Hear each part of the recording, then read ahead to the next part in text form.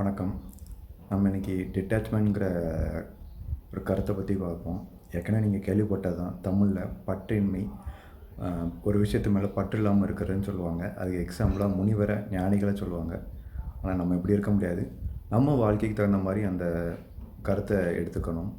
ஒரு விஷயத்து மேலே அது கேட்குறத விட நம்ம அதிக அளவு உழைப்பு, நேரம், பாசம், அன்பு எல்லாத்தையும் கொடுத்து அதே அளவு நமக்கு திரும்பி கிடைக்காத போது மனசோர்வு, கவலை, டிப்ரெஷன் எதுனாலும் கிடைக்கலாம்.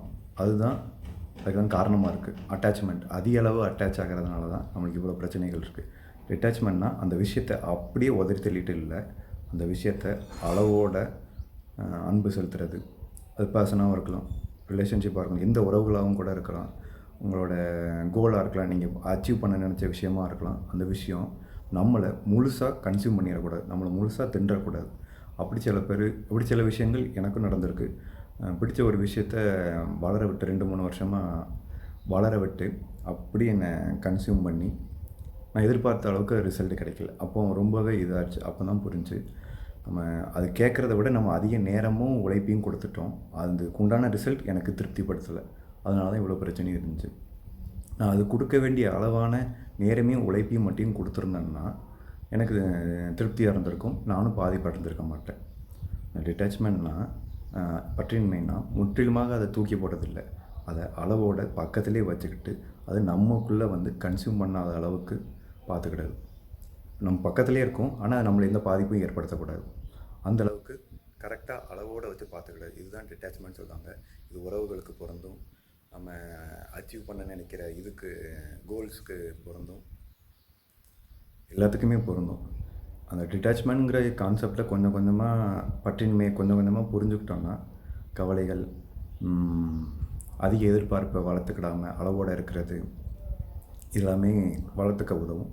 வாழ்க்கையும் நல்லா ஆகும். நன்றி. வணக்கம்னு சொல்லி முடிச்சிட்டேன். சரி, என்னையை வச்சு ஒரு எக்ஸாம்பிள் சொல்லலாம்னு பார்த்தேன். நான் யூடியூப் புதுசு. நான் எல்லோரும் மாதிரியும் நானும் சேனல் தொடங்கியிருக்கேன். நான் அதிகமாக எதிர்பார்க்குறது ரொம்ப லைக்ஸு, நிறைய வியூஸு, சேனல் 100K 200Kன்னு வளரணும்னு எதிர்பார்ப்பேன். ஆனால் நான் எதிர்பார்க்குறது நான் நினச்ச காலகட்டத்துக்குள்ளே நடக்காட்டி ரொம்பவே சோர்வடைவேன், ரொம்பவே கஷ்டப்படுவேன். இது பண்ணணுமான்னு தோண ஆரம்பிச்சிடும். ஆனால் நான் முழுசாக கவனம் செலுத்த வேண்டியது எதுலன்னா, என்ன சொல்ல போகிறேன், சொல்கிறது கரெக்டாக இருக்கணும், எந்த விதத்தில் சொல்லுவேன் சொல்லாமல் தெளிவாக கொஞ்சம் புரிகிற மாதிரியாவது சொல்லணும். அதில் தான் நான் கவனம் செலுத்தணும். இந்த ரெண்டுலேயும் கவனம் செலுத்தினாலே மற்ற விஷயங்கள் தானாக நடக்கும். என்னோடய முழு கான்சன்ட்ரேஷனும் ஃபோக்கஸும் எத்தனை பேர் பார்க்க போகிறாங்க, இது நல்லா இல்லைன்னா என்ன பண்ணுது, நான் எப்படி இருக்கேங்கிற கவனம் செலுத்தினாலே நான் தோத்துட்டேன்னு தான் அர்த்தம். ஏன்னா அந்த விஷயந்தான் என்னை கண்ட்ரோல் பண்ணுமே தவிர, அந்த விஷயந்தான் மகிழ்ச்சியும் அமைதியும் கொடுக்குமே தவிர, இந்த நான் என்ன எப்படி சொல்லுதேன், எந்த இதை சொல்லியிருக்கேங்கிற இது தான் காணாமல் போயிடும். அதனால் இதுதான் டிட்டாச்மெண்ட்னு சொல்ல வரேன்.